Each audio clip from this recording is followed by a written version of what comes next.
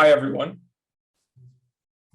My name is Andre, as I've been introduced already, and I have lived in Canada. I'm from Canada for 20 years. I graduated York University with psychology and political science as my degrees. I've done a lot of writing, a lot, okay? I write all the time. So it's very important that I teach it correctly to you, okay? Besides that, I also like to play sports, basketball, and I like to go on trips, hiking. Do you know what hiking is? You can nod if you know what it is. Judy, do you know what hiking is? It's like going out, right, on paths. Yes, okay. So hiking and traveling. So yes, that's me. I also have a TESOL certificate in ESL teaching. So I look forward to helping you learn what rhetoric essays are. Okay? Everyone okay?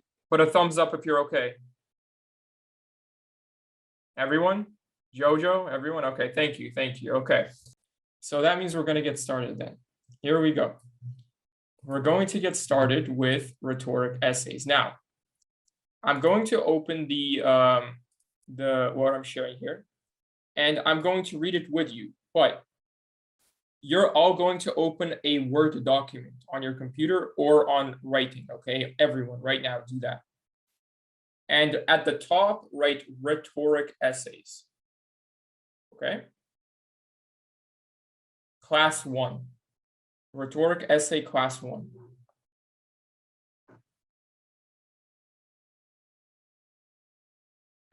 And put a thumbs up when you're done.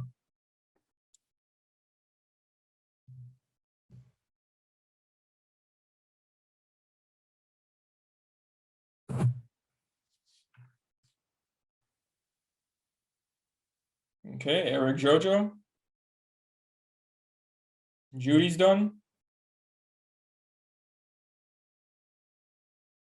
Good. Henry, did you do it?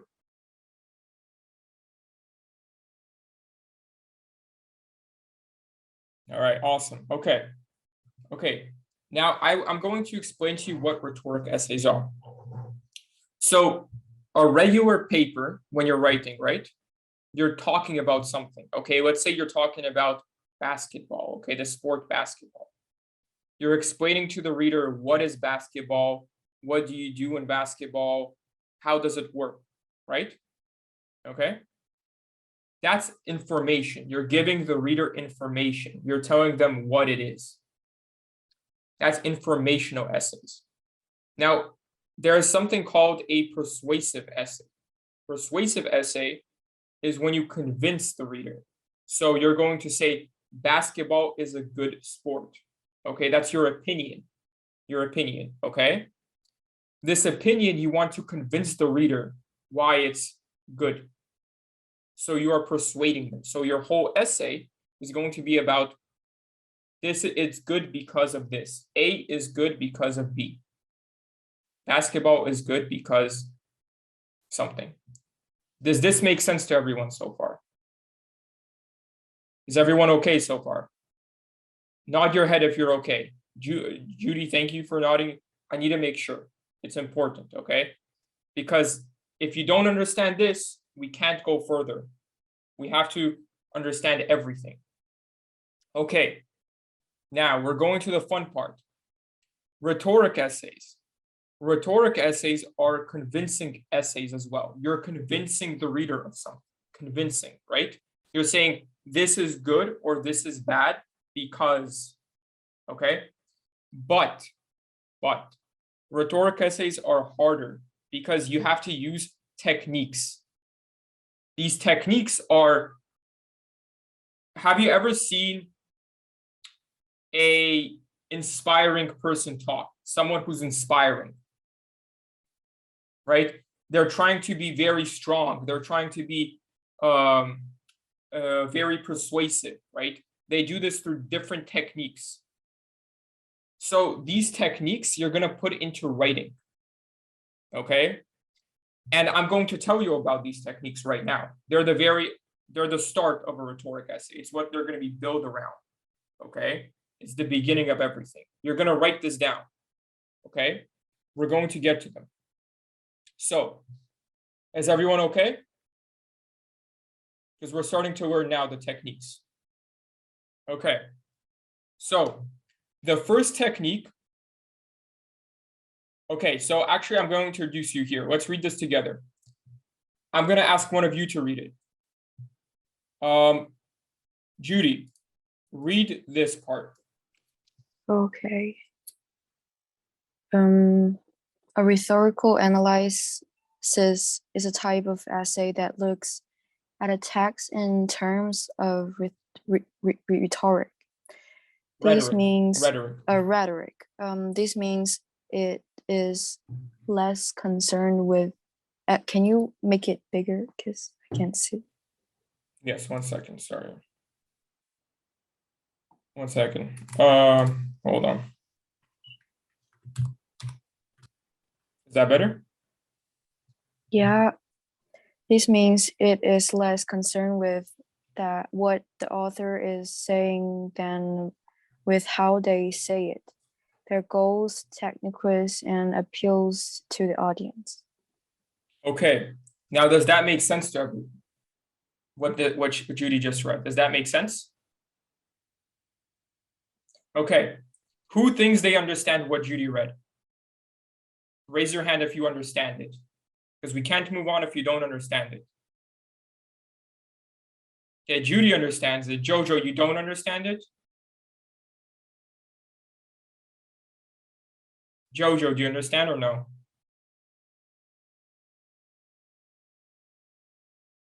Okay, everyone,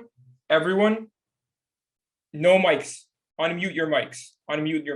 Okay, Henry, I want you to explain what Judy just read in your own words. Pardon. My website is a little bit slow. Sorry. Pardon. It's okay. Okay, it's okay. Do you hear me now? Okay, that's clear.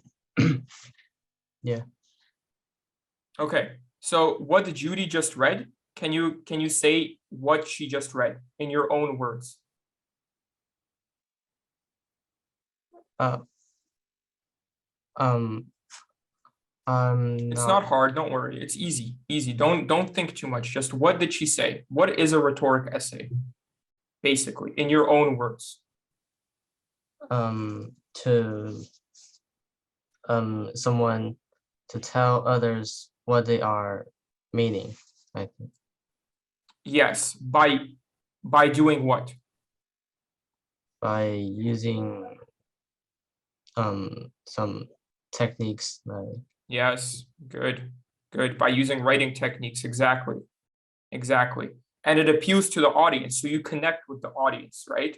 So you try to use certain techniques to connect with the audience so they listen to you, okay? And you put this in writing, okay? Eric, you okay? Okay. Jojo, you okay? All right, Eric, read this, please.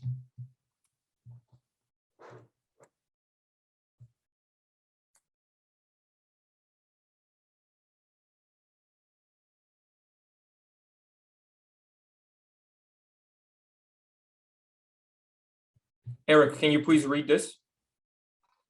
Okay. Rhetoric analysis is structured similarly to other essays. An introduction presenting the thesis, a body analyzing the text directly, and a conclusion to wrap up. This article defines some key rhetoric concepts and provides tips on how to write a rhetoric analysis. Okay, Eric, very good reading, good job. Now, before we move on, can you please explain what you think this means? What does it mean? It's similarly to other essays, the structures, for example, like opening and body paragraphs and conclusions. and Okay. and it needs to be more specific about the author's ideas or what they want to express what they want to express. Okay. Okay. Very good. Very good. We're going to read an example of what a rhetorical paper is. We're just going to finish reading this first, though, okay? Because I want to introduce you to certain things to look for first, okay? So I want you to look for certain things. So we're going to get to the techniques. There's 3 different techniques today that we're learning, 3 different ones that are used in writing, okay? Okay, they are called, write this down, write 3 different techniques, and then write this down.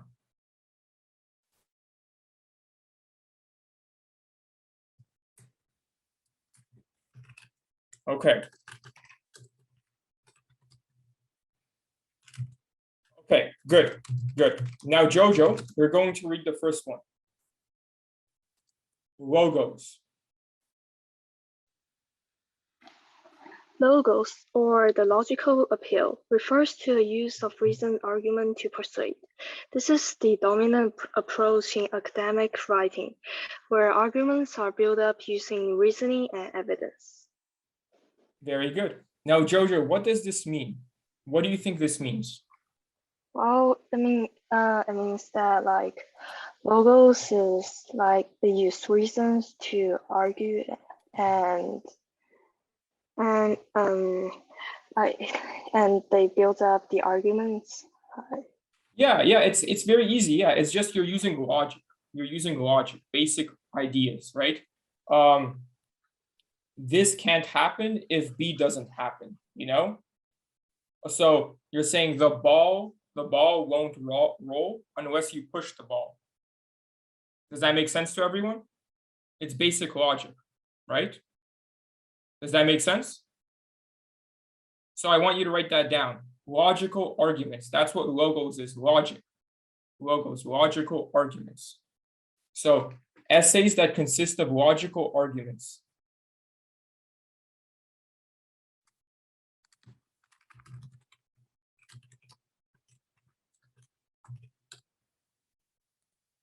Okay, back to Judy. We're going to learn 2 more. We're going to learn 2 more of these. And then you're going to write them down. And then we're going to read. Then we're all going to read a paper with examples. Okay, Judy, ethos. What is ethos? Ethos, or the ethical appeal, involves the author presenting themselves as an authority on their subject. For example, someone making a moral argument might highlight their own morally admirable behavior. Someone speaking about a technical subject might present themselves as an expert by mentioning their qualifications. Yes. So I'm going to explain to you an example of this. Does everyone so far understand this? Okay, an example of this. You're arguing for something, and you're going to tell the reader your personal experience, how you went through this in your life. That way, you're appealing to the ethical side of the reader. It's like, when I saw this happen, I had to help them because it was very important that I help them in my experience. Does that make sense to you, how you're using that? You're talking about your own life to get your point across. Good? Good? Okay, write that down, everyone. Write that down. The ethical appeal, your own moral argument, why it's good from your own experience, personal experience. Write that down under ethos.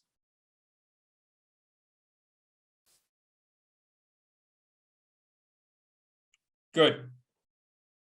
Good. Okay.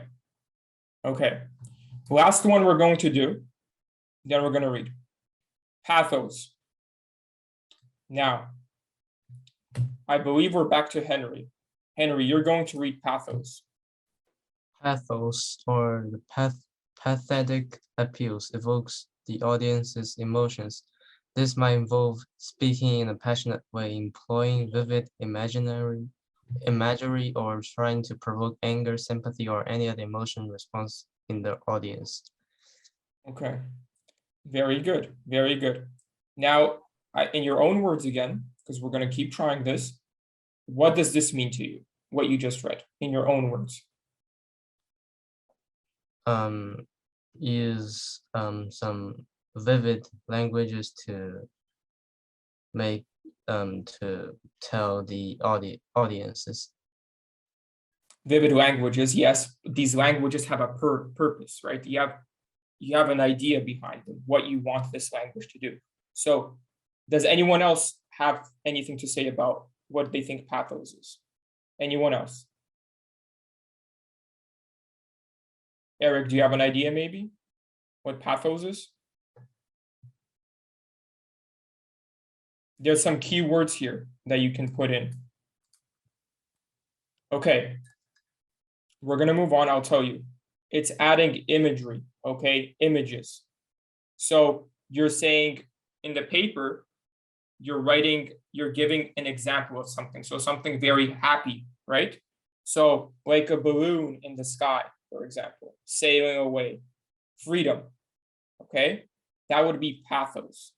You're giving the reader an image of your argument. So you're talking about freedom, and then you say a balloon in the sky flying away, okay? It appeals to the emotion.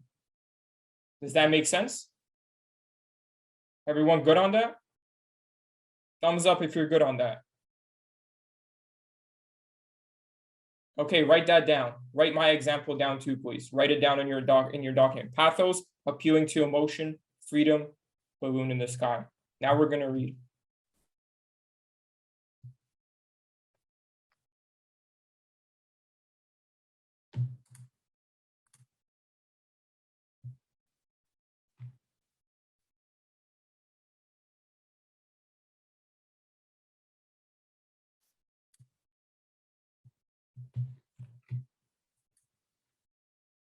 Okay.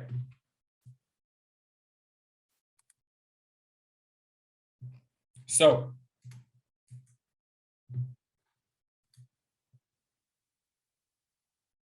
wait.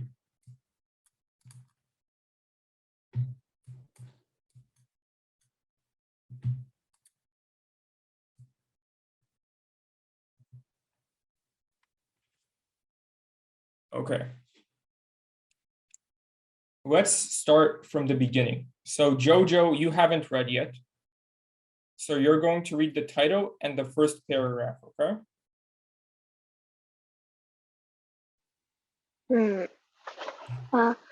Not quite a clean sweep. Rhetorical strategies in Rose's cleaning the final feminist frontier. Frontier, good job. A woman's work is never done. Many American women grow up with this saying and feel it to be true. One such woman, author Jessica Rose, wrote Cleaning the Final Feminist Frontier, published in 2013 in the New Republic. And she argues that while the men recently started taking on more of the childcare and cooking, cleaning still falls unfairly on women. Rose begins building her credibility with personal facts and reputable sources, citing convincing facts and statistics, and successfully employing emotional appeals. However, toward the end of the article, her attempts to appeal to readers' emotion would weaken her credibility and ultimately her argument. Good. That's good. Okay, good. So this is talking about someone who wrote something and they wanted to tell their point. They wanted to convince the reader of what they believe in, right? But because it was weak at the end, it didn't work as well as they wanted to. So we're going to find out why. We're going to find out why this was. Okay, so next is Judy. and you're going to read the second paragraph. In her article, Rose first sets the stage by describing a specific scenario of house cleaning with her husband after being shut in during Hurricane Sandy. And then she outlines the uneven distribution of cleaning work in her marriage and draws a comparison to the large feminist issue of who does the cleaning. A larger feminist issue of who does the cleaning in a relationship. Rose continues by discussing some of the reasons that men do not contribute to cleaning. The praise for a clean house goes to the woman.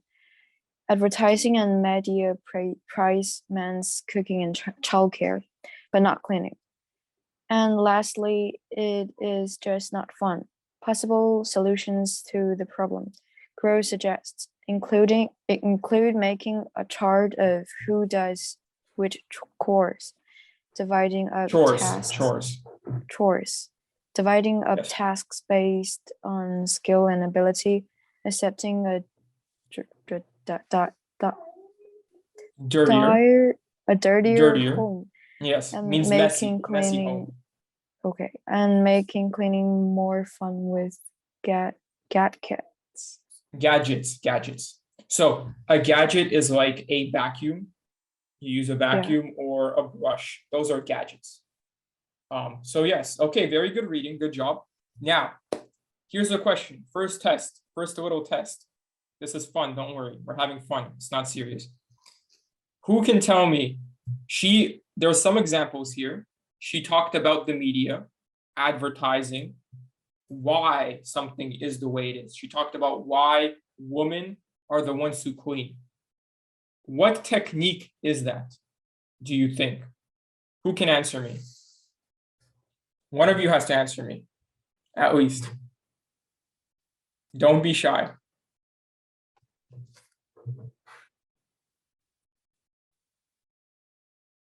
All right, Henry, what do you think? Maybe ethos. Ethos. Okay, so you think it's more ethical, about personal things, right? Personal ideas. Yes. Okay. Anyone else? I want everyone to tell me what they think. Everyone. So Eric, you're next. Tell me what you think it is. I think it's pathos because it says that cleaning is not fun. It's trying to evoke others' sympathy on them. That's a good idea. But that's not exactly pathos. And I'll tell you why. This is logos. Okay, logic. Okay. Yes. And I'll tell you why. You were right in the good idea. So let's read this line by line. So Gro's first describing specific scenarios of house cleaning with her husband after being shut in the Hurricane Sandy. So actually, this first line here, what is this? Jojo, what is this first line? Ethos, pathos, or logos?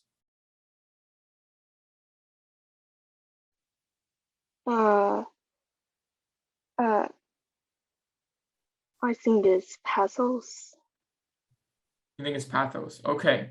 Why do you think it's pathos? I think it's imagery. It describes a specific scenario of house cleaning. Okay, that's true. Yeah, it's pathos, right? It is, but it's not a relationship. So I will tell you one thing. This one is ethos. You know why? Because it makes it personal. When you talk about yourself, your own experience, it's ethos. Okay, so you can say, I know this and I can convince you of this because I went through this. And that's what she's doing here. She said, I went through Hurricane Sandy and I had to clean. Make sense? Everyone good? I want you to write this down, please. This is important. So next to write this example down for your notes. Write this example down.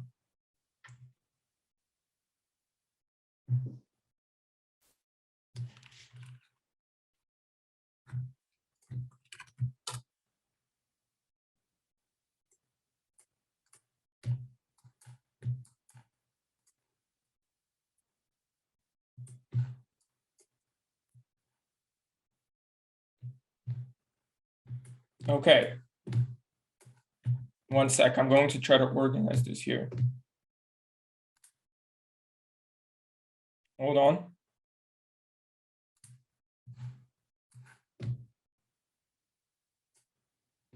Okay, I'm gonna reshare my screen. Maybe this will be better. Okay.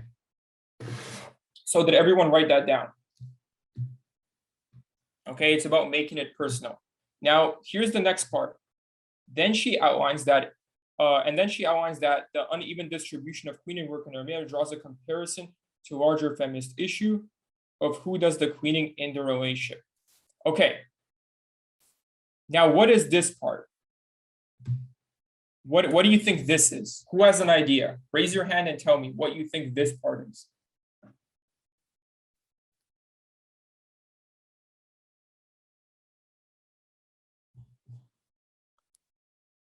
Okay, don't be shy. You have to volunteer. This isn't a test. Okay, this isn't a test. You can just tell me what you think this is. Show. Okay. Eric, unmute your mic, please. What do you think? I'm not sure. Okay, let's read it together, Eric. Can you read this part, the one I highlighted, please? Rose continues by discussing some of the reasons that men do not contribute to cleaning. The praise for a clean house goes to the woman. Advertising and media praise men's cooking and childcare when not cleaning. And lastly, it is just not fun. What do you think? This is reasons. She gave a lot of reasons here, right? And the reasons are what? Reasons are that men should also do the things, for example, like cleaning or cooking or childcare. So what technique is it? What technique is it? Reasons. What technique is reasons? Reasons is ethos. No. That's okay. It's okay. It's okay. Just pay. This is why it's important, because I need you to pay attention. This is why we're learning. So it's logos, right? It's logos. You're giving reasons. You're giving reasons why. Because A, women are cleaning. That's the reason. I mean, that's what's happening. And then you're giving reasons for it. Okay? Because of the media, because of the husband, because of the because clean house goes to a woman. Those are 3 reasons. Okay? That's logos. There's no emotion here. Okay? Judy, okay on that? Eric? Okay now. Henry? Okay. So please write this example down, okay?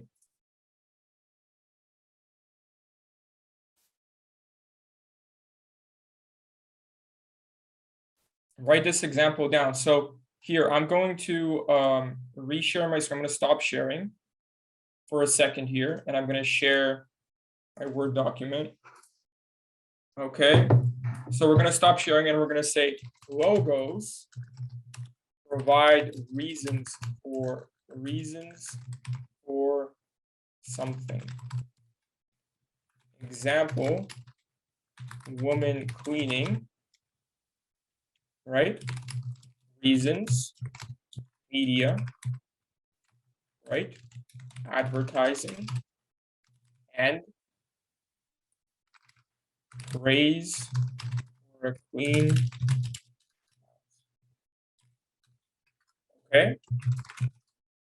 Are you all starting to understand? I want you to write this down, by the way. Write that note I just wrote.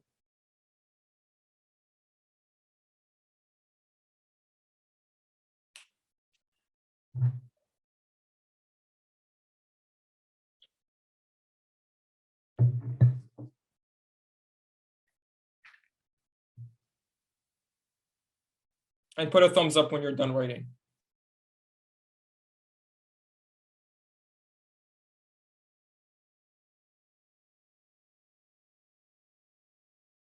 Very good. Good job, everyone. We're going to go back to reading. Okay. Let's read again. This is it. Yeah, okay, you see it. Okay. Okay. So okay, let's read the next paragraph here. Okay, so we had Judy read, right? Then we had Eric read. All right, I think Henry, it's your turn. Then Jojo will read. So Henry, let's read this. Throughout her piece, Gross uses many strong sources that strengthen her credibility and appeal to ethos, as well as build her argument. These sources include sociologist Judith Trees and Choi Olai, a 2008 study from the University of New Hampshire, and P&G North America fabric care and brand manager Matthew Crabio.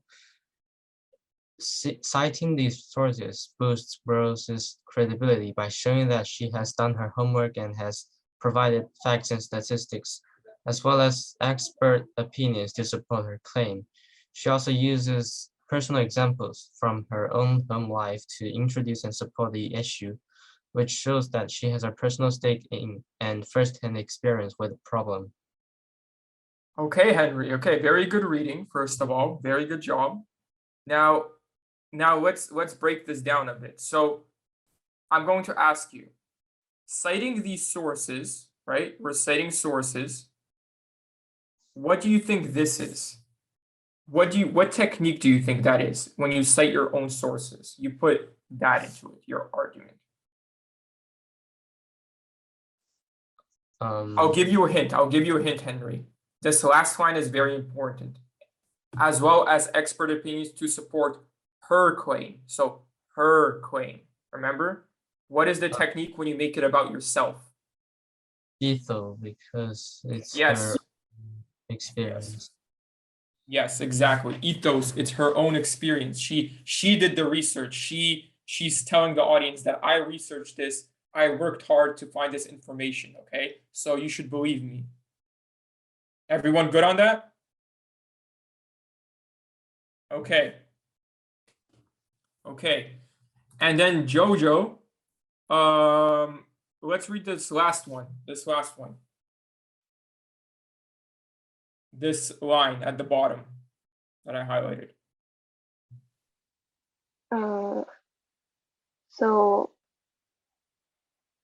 She also uses personal examples from her own life to introduce and support the issue, which shows that she has a personal stake in and first-hand experience with the problem. Okay. Again, I'm going to ask you now, what is this? Out of the three techniques, which technique is this? Ethos? Yes, it's ethos again. I'm testing you. See, it was ethos both times. It's called ethos, by the way, okay? Oh. Ethos, but good job. No, still good job. So listen, all of you are doing great so far. So ethos, like you, Henry and Jojo just said, you make it about yourself, okay? This is a good example of it. She made it about herself, her own experience, okay? Very important. So we're going to go back to the Word document. Okay, we're going to go back to the Word document and we're going to add another note. We're going to add one more note here.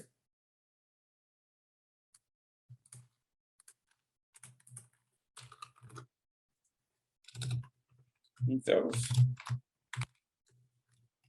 Personal experiences or personal work that you did to prove your point.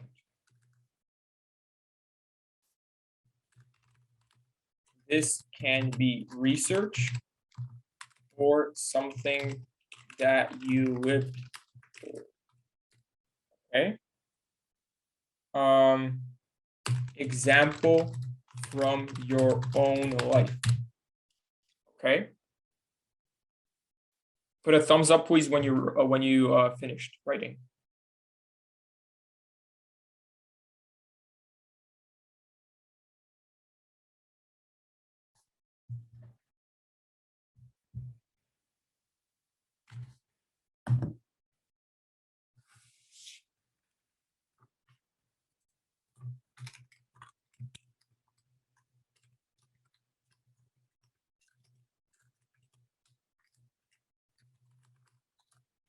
Okay. Okay, everyone, you're doing great. You're doing very good. So now you're understanding this is the beginning of rhetorical essays. You're going to pick your own subject later. So you can talk about basketball, why basketball is good, why traveling is good. And that's going to be a little paper you're going to write. And you can bring these techniques into it because these techniques help you convince the reader why you are right. Okay, good. Let's keep reading. We're going to go back to reading now.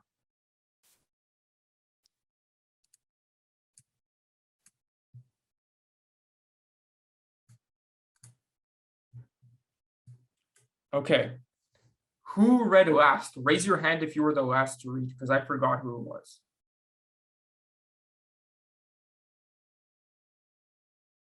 Who was the last to read? Okay. Okay. Let's go to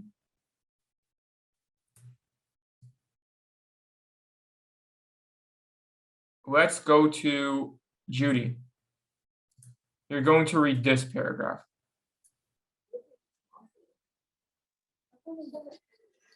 Adding to her ethos appeals, Gross uses strong appeals to logos, with many facts and statistics and logical progressions of ideas. She points out facts about her marriage and the distribution of household chores. Chores. Yes, My husband and I both work. We split midnight baby feedings, but he will admit that he's never cleaned the bathroom, that I do the dishes 9 times out of 10, and that he barely knows how the washer and dryer work in the apartment we've lived in for over 8 months. These facts introduce and support the idea that Gross does more household chores than her husband. Gross continues with many statistics. Good reading. So this is what we already talked about. We already talked about this, about what logos are. The statistics are logos. They back up your argument. Now here is an example, okay? We have an example of how you would write logos in your paper. This is an example here from the paper. So Eric, can you please read this? About 55% of American mothers employed full-time do some housework on average day, while only 18% of employed fathers do. Working women with children are still doing a week and a half more of second shift work each year than their male partners. Even in the I can't see this because there is a... It's okay. It's okay. Just add, that's why you're here. Ask me. Famously, because there is something on this oh, words. cannot see. You can't. Okay. Can you? Now I can you see everything? Okay. Famously gender-neutral Sweden, women do 55 minutes more housework a day than their male partners. 45 minutes, not 55 minutes. 45 minutes. Okay, good. Quick review. Everyone's going to answer, starting with Eric. What is this? What is this an example of? The statistics. What technique?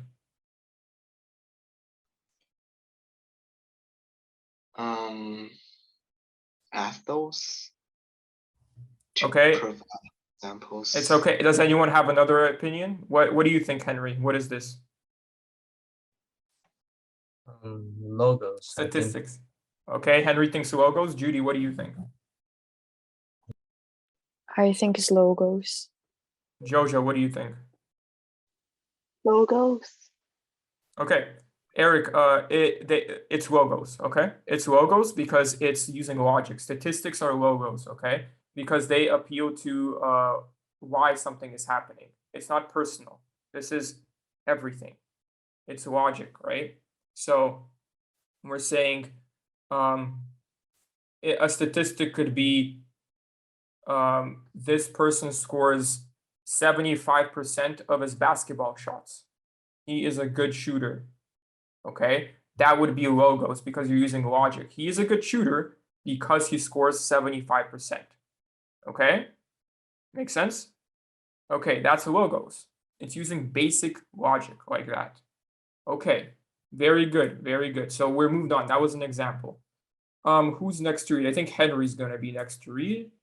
And Henry is going to read. Well, I'm going to read this. So I'm going to read it for you. These statistics are a few of many that logically support her claim. That is substantial and real problem. Men do not do their fair share of the chores. These details and numbers build an appeal to logos and impress upon the reader that this problem is worth discussing. Okay, so quick summary. Logos helps the reader understand that this is a big problem. Okay, this happens. A happens because of B. This could be a problem. Okay, you don't have to write that down because you're going to learn this throughout your writing. You're going to get better at this as you go along. Okay, Henry, you're going to read this now. It's quite a long one, but you're going to read it. Okay, Henry?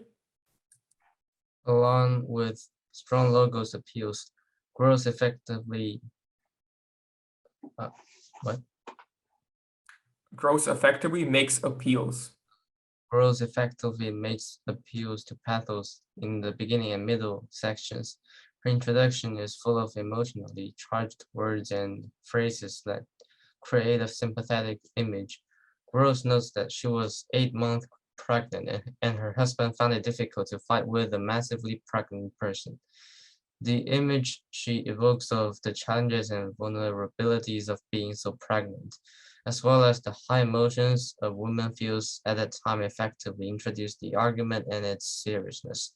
Her goal is to make the reader feel sympathy for her.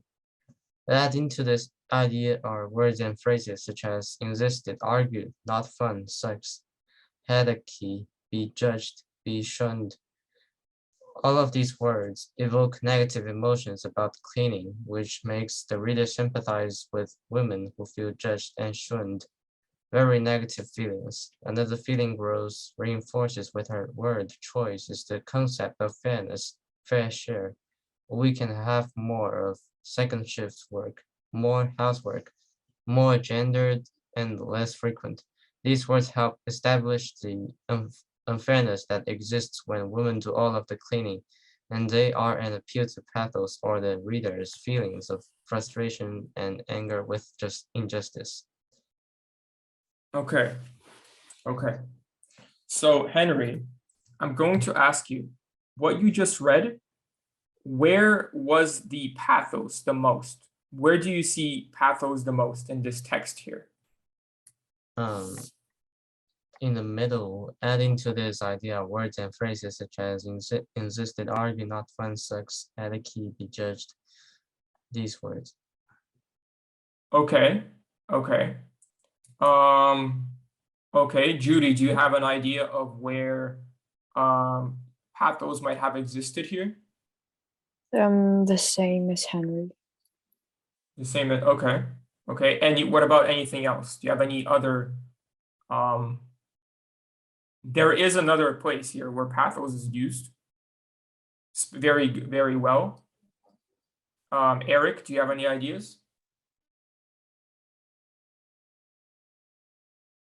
Or Jojo?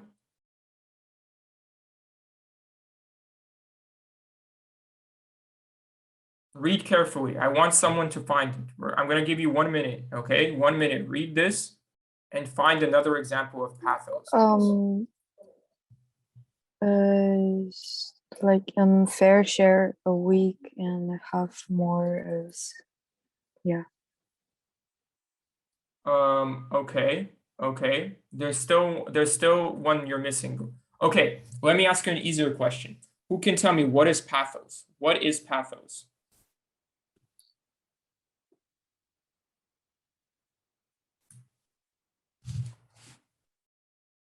Okay, look at your notes. You have your notes, right? Pathos. What is pathos? Personal experiences.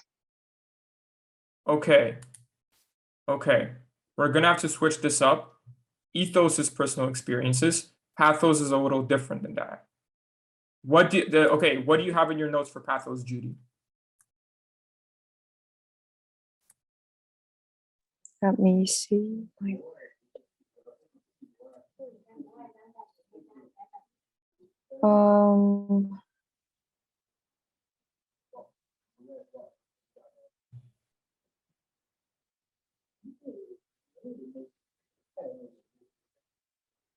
Henry? Evokes the audience emotions. Okay, it gives it takes the audience emotions, but there's a key word here. There's a key word. I told you this, remember? Henry, do you have another idea? Or Jojo? Images. Yes, Henry, thank you. Images, okay? Everyone, pathos is imagery. Imagery is super important. Remember I told you about the balloon flying away in freedom? Remember that? That's imagery. You're giving the audience images to put in their head to get your point across, okay? So we're gonna have a break. We're gonna have a break in 1 minute, but before we have the break, where is the pathos here? I need someone to tell me. One person tell me, and then we can go on break.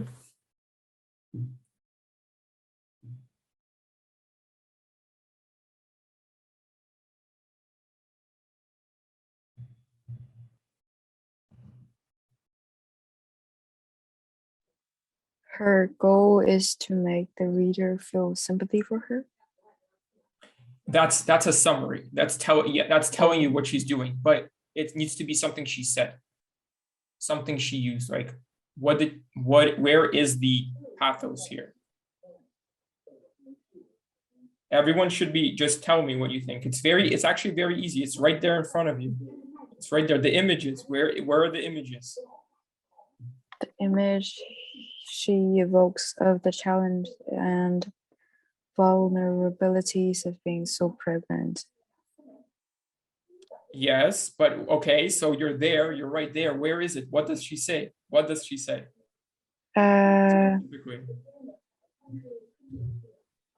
As well as the high emotions a woman feels at that time effectively introduce the argument, and it's... Yes, you're right. You're good.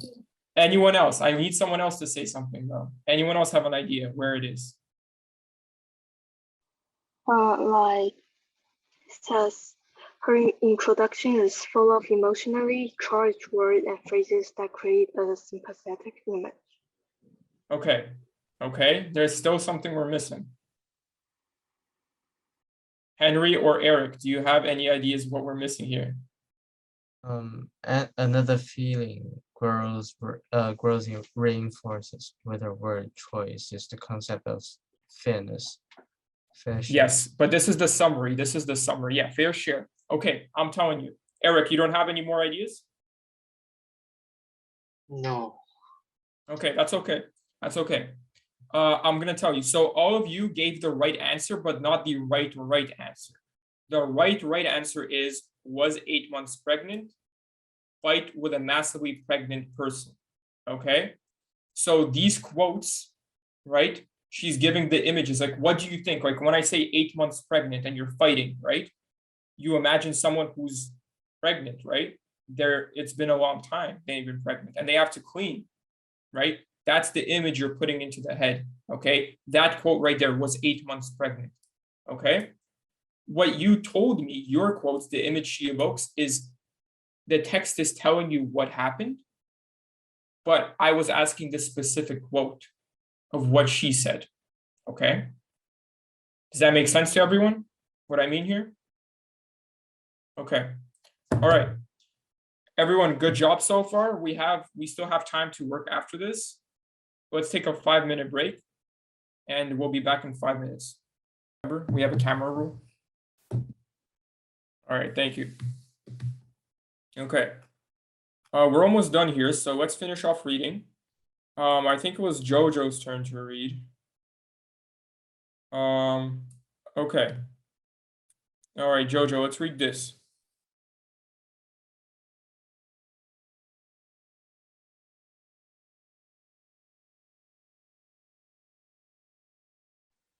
Okay.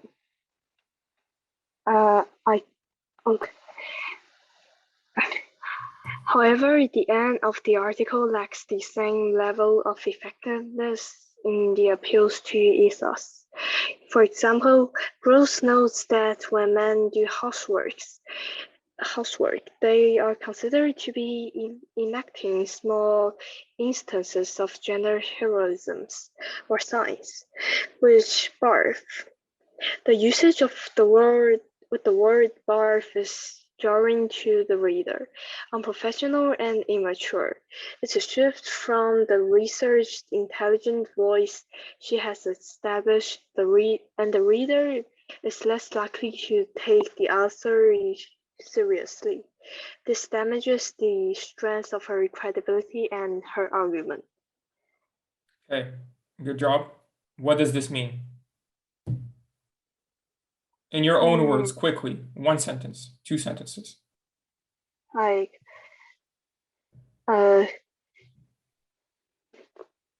gross use of the word barf ruined the passage. Yes, well, that's what happened. Yes, that's what happened. But why? Why was barf a bad word to use? That's the question. Why was it bad? Well, like it's unprofessional and immature. Well, yes. Okay. Can anyone else tell me why it's professional and immature to use barf? Why was it a bad word to use in this paper, to add it? Anyone else have an idea? I'll ask it a different way. What was she doing differently before that made barf a bad word to use now? So how she started, and why was barf a bad word later?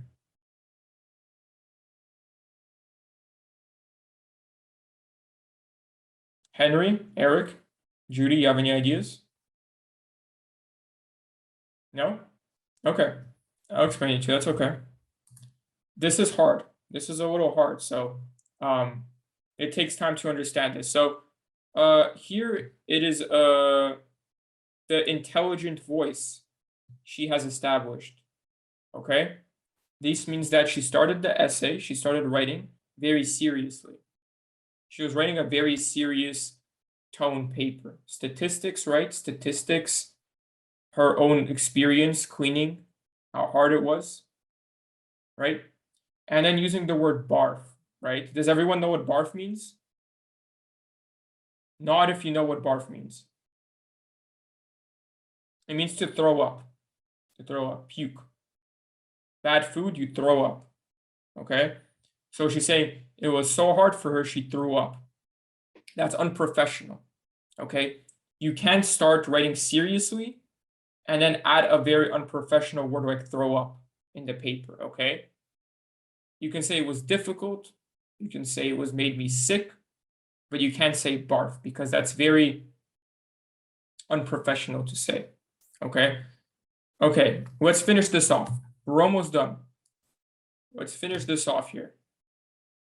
So, Jojo just read, okay, we're back to Judy. Judy, let's read this.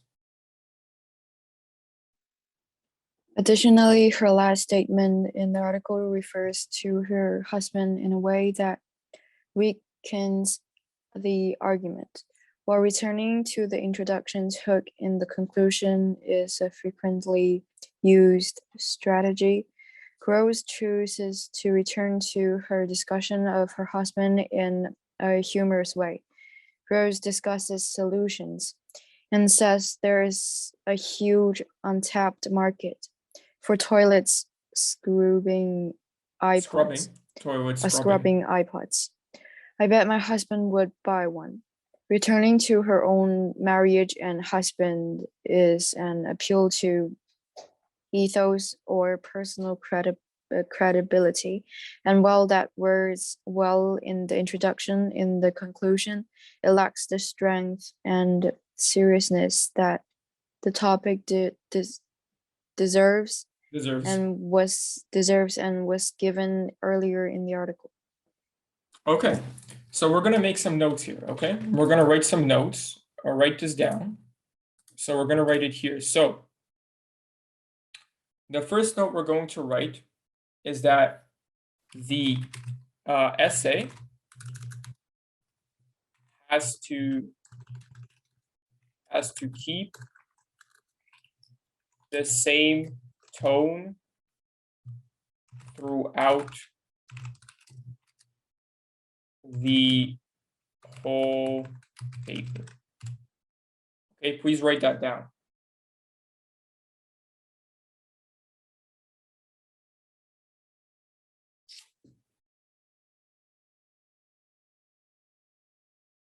Okay, and when you wrote it down, I want someone to tell me, what does this mean?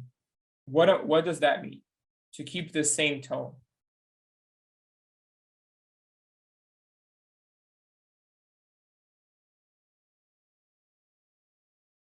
Does anyone have an idea what that means? To keep the same tone throughout the whole paper? Eric, you have an idea?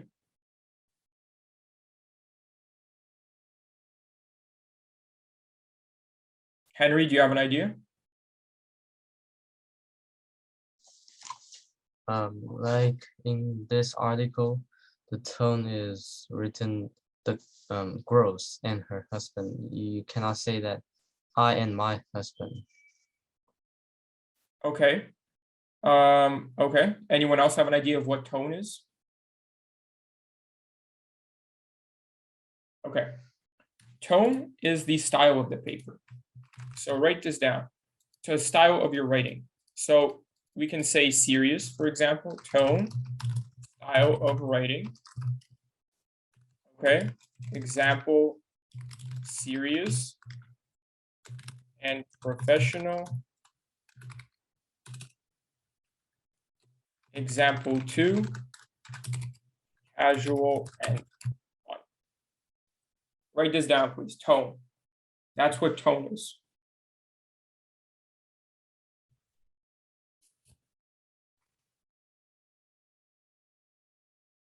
Put a thumbs up when you wrote it.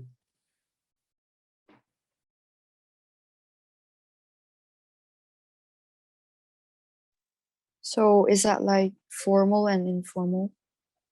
Yes, yes. In the correct way, formal essay and an informal essay, yes, that is also part of it. The thing is, you're right. I'm glad you know this. The thing is that in rhetoric papers, there's formality. Informality is replaced because they make it so personal. Rhetoric papers are very personal. Okay. Yeah. You use all these techniques like logic, your own experience, images. You make a personal connection with the reader. That's your goal here in rhetoric papers, right? So they're all, in a way, they're all important because you're not being professional. You're kind of always relating to it. But the tone of it, the tone. So if you start saying statistics, make it serious, right? Make it a serious paper. You can't use fun words later on. You can't be fun about it later, right? Barf, it's like, oh, it was like that. No, you can't do that. You have to say it was hard, something serious. Okay. Does that make sense to everyone? Yeah. Okay, good. That's important because when you're going to be writing next class, well, soon you're going to be writing your own stuff. We're going to be using these tones. Okay, this is for you to learn. So good. Tones, the style of the paper. She was talking about statistics, how hard it was her pregnancy, and then she said, barf. It's weird. You don't do that. You keep talking seriously until the end. It's a paper. Okay. Okay, good. Okay, last person to read is going to be Henry. Henry, let's finish the reading here.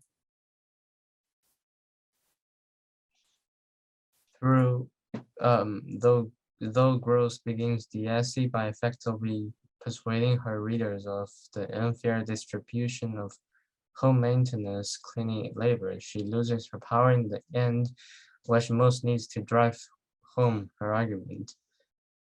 Readers can see the problem exists in both her marriage and throughout the world. However, her shift to humor and sarcasm makes the reader not take the problem as seriously in the end.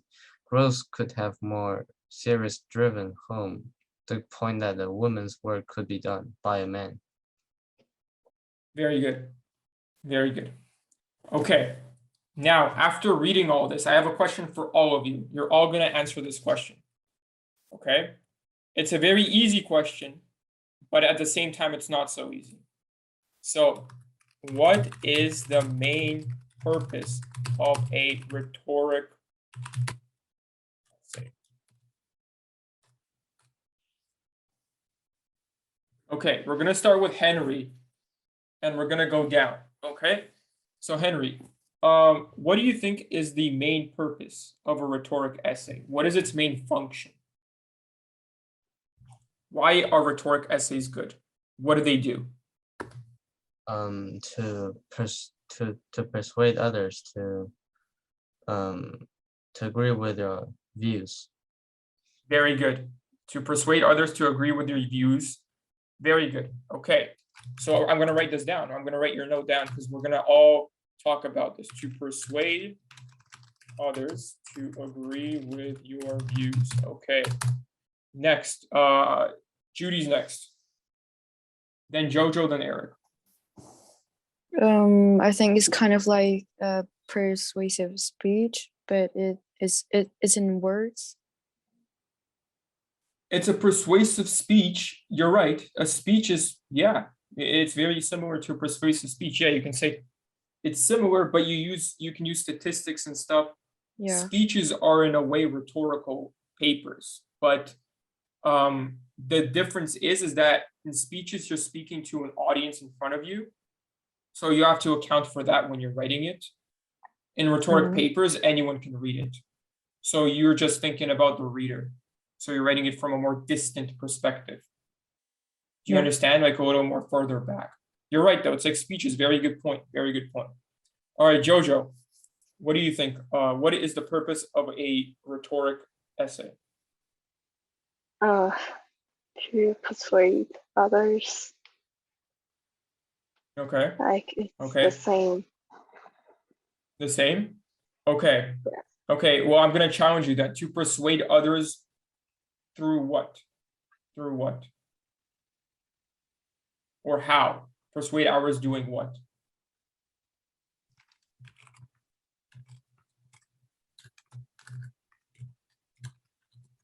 Any ideas, Jojo?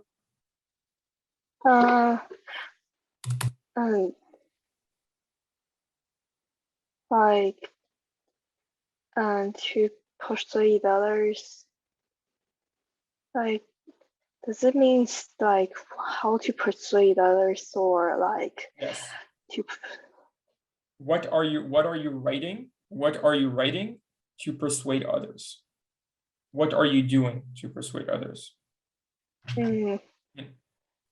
Like it uses those techniques.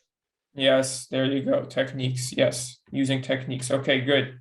Next, who's next? And Eric hasn't answered yet. Eric, okay. Eric, what is, yes, just tell me your whole, whatever you want to say about rhetoric essays. Structure as the other essay, and it's used three main techniques to express the ideas of the authors. To express the ideas of the authors. Okay, good, good. To persuade others doing what? So by using three main techniques. I want you to write this down, please. Write this down.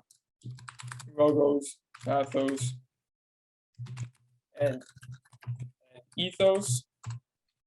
Using three main techniques: logos, pathos, and ethos.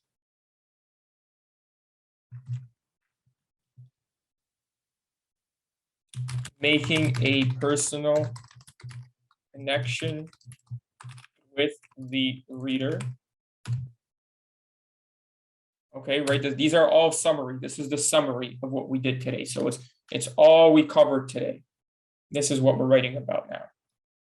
Using three main techniques. Making a personal connection with the reader. Okay. Now, I'm going to give you 1 minute to think. What else does it do? What else does it do? It makes a personal connection with the reader. It uses three main techniques. what is one more thing, or actually, better question. Who uses it? What jobs or where do you think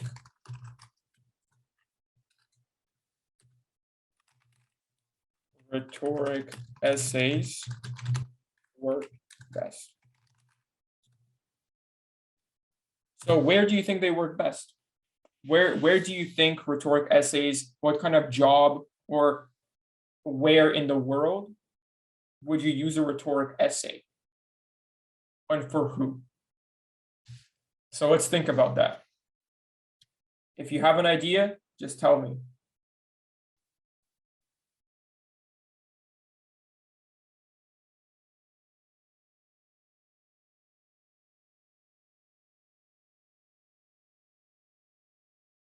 So we have that rhetoric essays are persuasive, they persuade. You use techniques to get your point across.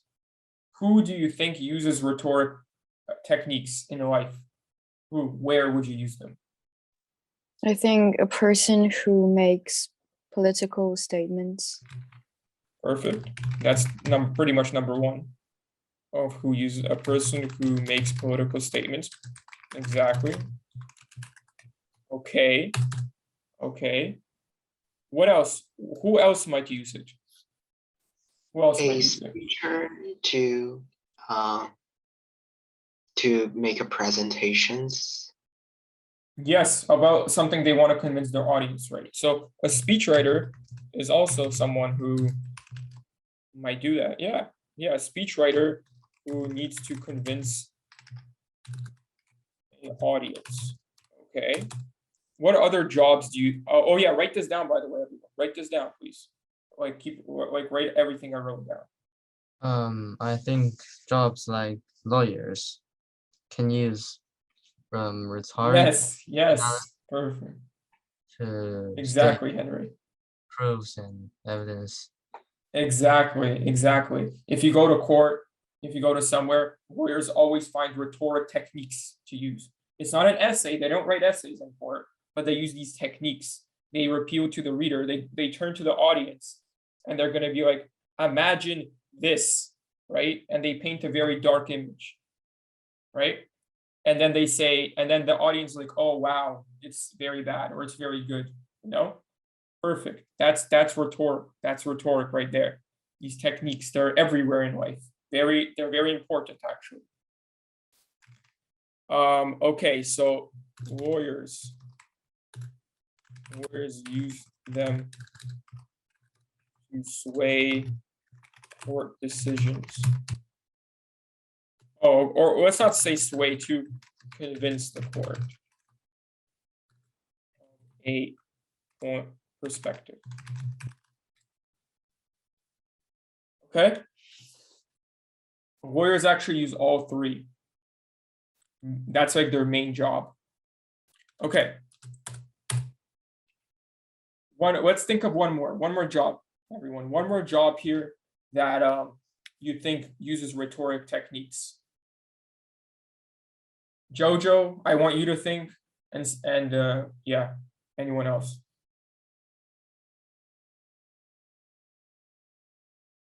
Who else might use rhetoric techniques? It's not always about arguing, right? Rhetoric techniques can be used for just being positive, being happy in the right moment. It's not always about convincing. You can use rhetoric techniques in other things too.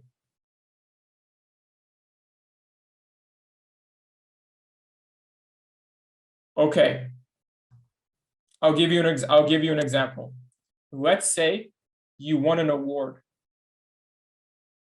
You won an award at school. You won an award in the military. You won an award for a show, something, a big award, an audience in front of you, and you have the award. You're holding it up like on TV, right? Actors do that. So you're saying how happy you are to get the award, right? And you're saying how thankful you are. And you're using rhetoric techniques to express it. How good we are as an audience. Like Like we are one ship. We are one ship moving together, sailing the waves. Okay, one ship on the waves. Like the group is one ship on the waves, right? And we will overcome the storm. Does everyone understand what I'm saying here? Okay, thumbs up if you understand.